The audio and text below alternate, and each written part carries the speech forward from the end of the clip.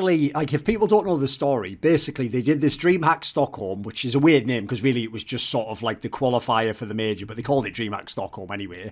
And when they did this tournament, and it was the qualifier for DreamHack Cluj-Napoca, this is where the story I heard was like the Room on Fire guys, like Anders and Semler and you working at the events. Obviously, this is when talent teams were very, very small still. And they said something like, they just like said to DreamHack, like, you should just get this guy on the desk. Because I remember like I was doing some other events. There wasn't like that many people, actually, the main talent. I think maybe Vendetta was there with you guys as well. It was like more of a limited crew.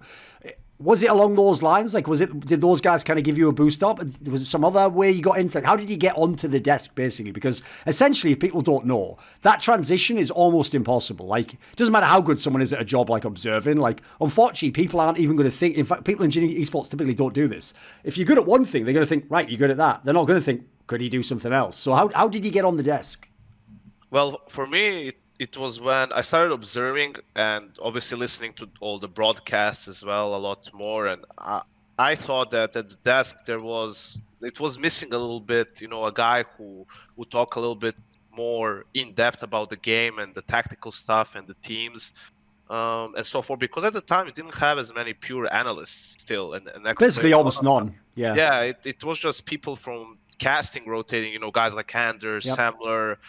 James, Dan, they were just like chiming in. That was also when I started. Henry wasn't even. He just started doing events like Valencia was maybe 2-3 events before this one. So I just started, going to, Joe Miller, Mark from DreamHack. I started telling him, hey, why don't you maybe for next event, I can do both.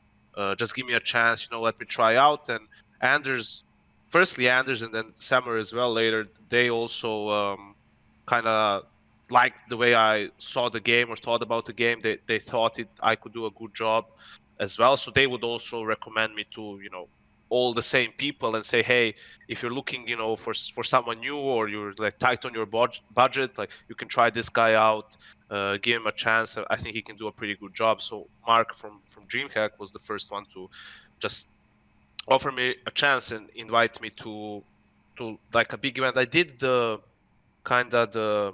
Gaming Paradise qualifier or something like that. Oh, there we go. The infamous one. That was like technically like the first one where Nico was standing in for someone. G2.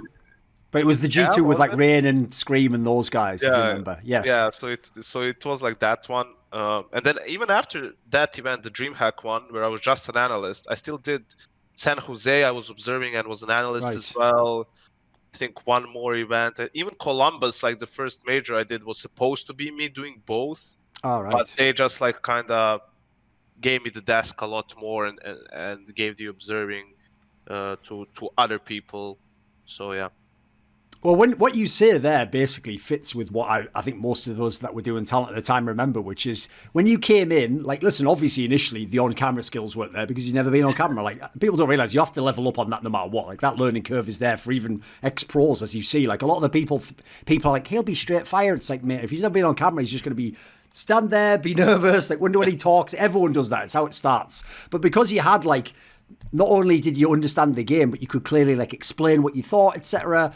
I remember even thinking at the time, like, this is going to work great. Like, we haven't really got anyone like that. Like, we have, as you say, the occasional, maybe we have an ex-pro like Henry could come on for a bit. Or at the time, even someone like DDK was considered an expert because, he came from Quake. He had a good mind for strategy. He would try and apply it in the game. But we didn't really have like the proper guy who's going to do the tactical side of the game. And if people don't know, one of the reasons I always thought we had actually very good synergy on the desk is this is a weird, nuanced detail that a fan who just watches will never notice, but it's a part of how the broadcast is set up. If you go and watch almost any desk that I did with Yanko, normally the host is on the left of the desk and it starts with him. He brings the thing in. I would always put myself next to the host in the middle position because it's actually the most annoying one to be in because you have to turn between two people. And so you have to have like pretty good timing for when people are talking and when the throat off, etc. But normally back in the day before we had like people with skills, the host would just go down the line. He would ask the first person and then... So the reason I always stood there as well is because if you just want to get some cheeky banter off, it's best if you just make the joke come off what the host says. Like if you throw it straight onto someone making a really serious point, it feels a bit jarring. Like, well, we're into the game then. We're back out again. So what I would do is, he would say something, I would do some sort of joke or whatever. Since I knew you were coming after me, and I already knew from talking in the green room, you're going to make some points, etc. I always thought we actually always somehow synced our shit up so well. Like, nearly always when I said something, you would be like, actually... even though it's a joke, but if people don't know, I always tried to base my jokes on the game. Like something that happened is what would make me think of the joke. And that would basically, then you would be like, yeah, and actually in this round, and then you would just be off on your shit. Like, what did you think of the early days of doing the talent stuff? Yeah, I think the first thing for me was like I didn't have a lot of credibility behind me. Yes, I was a player, but I was never individually or never as a team did we have some mad success where it would justify some of the things I was saying, but I had confidence that I knew the game and the things that I said were going to make sense. So the first thing for me that was important was these players that I'm talking about and criticizing maybe at times, that they are agreeing and kind of looking at things the same way. And once I got a little bit of recognition in that sense, not even publicly, just like behind the scenes, a player coming up to me and saying, hey man, I've been listening to talking, I think you say a lot of good stuff, like it makes a lot of sense. Then things became a lot easier. Definitely something you need to learn, like you said, like presence on camera and just the timing of the desk segment, how much time you have to speak. You remember that was kind of a big problem for me at the start. Sure. But probably the most helpful event and one of the most fun events, and it's sad that it was also the notorious event, was the Face It finals that were DreamHack Winter that year. Yes. And I was at the desk with you and Richard, and for me that was like the easiest environment for me to work in, because even especially then I was super dry with I was just playing like in-game stuff almost to the core, right, and so on. And for me then, a little bit now even, it's sometimes difficult to initiate banter, right, like to kick things off, but it's much easier for me to just continue it, right? If you say something and I can just latch on to that, or so obviously you and Richard are really good at it. So for me it was really easy to even throw a joke here and there, or do some banter with you guys. So I think that was a lot of fun for me. And Richard did also the World Championship. We were there as well with Boots, and that was also a lot of fun. It's a shame that the only event I got to do with him after that was E-League, because of everything else. But yeah, those were a lot of fun, and it was definitely a learning experience. The phrases, not to repeat certain phrases all the time, working on the accent. So yeah, but luckily the things I was saying were still good enough and interesting enough that people will look past that and still kept hiring me. So I was able to improve on that as well. Well, the thing is, the reason I know that you got way better with that, aside from I was stood there and I could hear it, I could see it when I watched the video back, is because I always thought, like, I naively thought when people came in the industry and they were good, that they would do what I did or what you did or what Sponge did, which is you come in, you're a bit raw, you've got some talent, and then it's like being a player. You reflect, you try to improve, you think about the areas you're weak in, you emphasize your strengths, you keep going, and over time, you master it. You've done so many hours, so many broadcasts, like you're saying about the timings. Like, by the end, when me, you, and Sponge would do a desk, like those 3-man desks, mate, I think we got like every word in every spare sentence. And the key thing is we all got our shit off. Like whatever points we were going to make, whatever we were coming in with. And the whole thing is we didn't need the host to even do a lot of stuff. Like they didn't have to bridge between us, or it wasn't like a harsh cut off when I said something then Sponge says his thing. But I actually think in a mad way, we made it look too easy. And people are going to think that's a ridiculous thing to say, but I saw the generation that came afterwards who filled in the spots when you retired, Moses has gone. Like, I've seen some of these guys where they have either the analytical side or they have a bit of personality, but when they stand there, it's like I've gone back in time 5 years again. They just wait for the host to ask them a question and they answer that question. It's like, I always say to the host, listen, I'm not disrespecting you. Some of you are really good, but whatever you say, I'm just going to twist it into whatever I was going to say anyway. So you could ask me, like, what do you think about the way Snacks played that? But if I was secretly going to talk about how Neo played it, I'll go, yeah, Snacks was good, but really Neo for me was the way, like, I'm basically going to get my shit off. Like, I think of it like being like a rapper. It's like, I've got my verse, and when I get my chance, I'm going to say my verse. So, like, what do you think on that angle? Because it always looks, if you watch it, I've seen this myself when I sit at home and watch the event. If it goes well, the whole point is it's sort of invisible, the things you do, and you just hear it, and you go, yeah, it's great. You don't think about how much craft there is to actually learning to be good at that shit. Yeah, absolutely, and that's why the people who are tier 1, they're tier 1. It's one of the main reasons. Excuse me. And a small tip for all the hosts out there: if you have a good analyst at the desk or someone who knows what they're doing, like just give them an open question when you're not sure if you need to fill, or how much time you have, or what exactly you want to ask them. Because when you do that, you give him freedom to talk about what he thinks is important. If you ask someone a direct question, a very specific one, he can't really, maybe like can say, snacks, yeah, well, Neo, and then avoid Sure. it completely, which kind of looks bad, but you're kind of cornering a person into talking about something. But yeah, I agree. I think the synergy is super important. Obviously, I did also a ton of events just with Alex and Chad, right? Also Yes. those long pro leagues and all of that stuff, and you spend a ton of time in the studio doing online games before, and it just makes it so easy to work with people when you get to know each other really good. And obviously, you know the strengths and the weaknesses of your colleagues, of the talent. So you kind of how should I say it? Separate like who's focused on what. Obviously with you and me, right, you're always going to talk more about the historical stuff and banter more, and going to talk Yes. more about what actually happened in the game and probably some specific rounds, right? And our synergy was good because I was able to put things you were talking about historically, I was able to give context to it with some current stuff or in-game stuff, right, and vice versa. So that's why, for example, that was always a fun desk to work and to watch.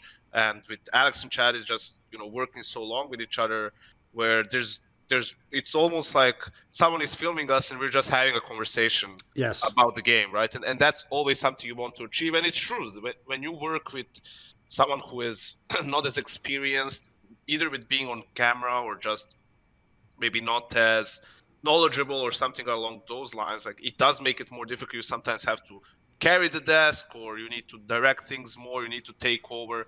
I wasn't in a situation to do that many times. There was always usually someone really good working with me, but a couple of times, maybe some smaller events, You uh, notice what they're missing, right? And you sort of go like, yeah. I have to step in here. But They're just going to get lost. it's just part of the job as well, Sure. like that's why you're there. That's why you're probably getting paid more than that other person Yes. is, right, True. to carry that over in the broadcast. And obviously, I got a lot of help and tips from people when I started out, and you kind of pay your dues in a sense of I always try to help someone new coming up and give them some tips, pointers. Problem is, where I'm from, it probably sounds like I'm just Too harsh. Yeah, criticizing of someone course. a lot, but I'm just trying, to help them kind of do better, But yeah, what can I do? Actually, one thing along those lines that you were making me think of when you said that there is, that's something I haven't actually verbalized, I don't think, on any show, so I'll ask you about it, is one of the things that will always seem weird to fans is, it's one of the reasons I think, by the way, why those pro players, the first few times they do it, look like they're shitting themselves, quite frankly, is like they are one thinking about like, fuck, loads of people are watching me, did I make a mistake? I mean, sometimes, like, listen, even when you're in a studio environment, in theory, you should know that, like, there might be 200,000 people tuned in. Obviously, if you go to like Cologne, listen, if you just look beyond the stage lights, you will see like just in front of you, you'll see like 1,000 people looking directly in your eyes. It's like, that's not distracting at all, But I always thought the weird thing is, you nailed it there. Because I always felt like, I'm just with my mates where I just watch the game and we're having like a convo where, yes, it's within like a weird constraint that wouldn't be the case if we were in the bedroom or whatever. But in this setting, like the whole point is we're having like, we know like we can be professional, but we got these lines we play within. So I always felt like, I never felt this like presence of the crowd looking at me or, there's a million people. How was it like for you in that regard? Because that's why I always found it easy to kind of be like a bit loose, and not feel too tense. Yeah, I felt similar. I never paid too much attention to the crowd in that sense. Like the segment's about to start and I look into the crowd and I freeze. A lot of times it's also, these segments are not super long and the games are really exciting because we're obviously in the arena for the playoffs. It's Yes. very important games.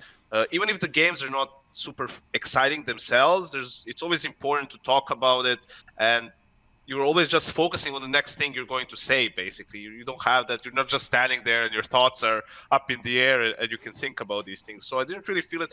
Most of the times when I would notice it was that I know I'm going to say something against the home team, Right. right? So I just like preparing myself for the booze and Okay. for the reaction or something along those lines. But yeah, it's always just something that it's there. It adds to the excitement. It adds to the hype of working. That's why we would always beg the organizers, ESL, for example, please put the desk in the arena, right? Like, because you Yes. want to feed off that energy Yes. of the people there, of the crowd. It gives you more energy, and I think it just gives for a better show, a better segment, a better broadcast. So yeah, it's why we do everything. I think if anything, this whole COVID situation made everyone realize how much we actually do appreciate those events when we Yes, have them, especially absolutely. the big one. Not to mention, we'll probably talk about that later for the players and the teams, for the competition part, but just Of simply course. for the vibe, Yes. and like everything around it, like it's just awesome. So hopefully it's not going to be too long. We have to wait Well, for. one thing that actually touches on that is because actually the time when you were going really hard, like 2016 into 2017 was your prime, was the years where, for a bunch of reasons, like first of all, I was burned out because I'd already just done every event in 2015, mate. Like I did all the events when you got paid fuck all. So at that point, I already wanted to scale things back because I had other options elsewhere in my career, etc. But also, there's the aspect that when you're at all the events, it's easy to take it for granted and go, fuck it, not another event. But I tell you what, when you're not at an event, this is the thing I want to ask about. When you're not at an event and there's a mega game and the crowd aspect looks mega, you do get that thing they call fear of missing out. Like you feel like, fuck, why aren't I there for that? Even though you know it'd be so annoying to fly there, the group stage games would be shit, the hotel might be garbage back then. Like there'd be a million things you'd complain about if you were there. But what I learned was this. Even though I've watched a million games, I've studied certain VODs over and over again if I was going to write an article. The games I remember the most vividly are the ones where I was doing that game, I was in the arena, I was watching it on either the big screen or in the green room, and it was an amazing game. Like those are like almost burned into my brain, man. I could tell you every round, every more. Like those are the ones where, like, I'm not joking. It'll sound mad, and I obviously hope the ESLs of the world don't take this seriously. But like that one moment in the event, you almost would do for free. Like that is actually just fucking sick. Like that's why I say, like, I hope they don't take it too seriously. Not the effort, Duncan. Not the effort. What do you think? Yeah, 100%. It's like that thing where you eat some food and it reminds you of something, a memory, the taste or the smell of something is the same thing. Games, right? So just so many more things come together. One of the craziest experiences in my life was the Boston Major, like the roller coaster of emotions. We came back to the desk at 14-8 or something like that. I can't thinking it was going to be over. Yeah. Yeah, we had to, obviously. You know how it goes, right? Yeah, sure. It just wins 2 quick rounds. So now we're sitting there. Everyone's cheering for Cloud9. I'm obviously cheering for FaZe because of course. Nico, right? So it's just like crazy rounds. The Stewie round, and later there were so many clutches in that game that people always replay the Stewie one at 15-14. But Kerrigan had a big one to keep FaZe alive from pit. Skadoodle had some mad rounds from site with the op. Like those overtimes were just insane. And I'm always feeling so bad that they don't have footage of us at the desk. Right. The cameras weren't running. Were you all just wigging out completely? Yeah, I don't know. So yeah, 100% agreed. Even when you're there, like when I missed the E-League Major, the first one, there were a couple of great games there, and you're just like, fuck it, it would be so good to be there just for the atmosphere, right, and for the whole show.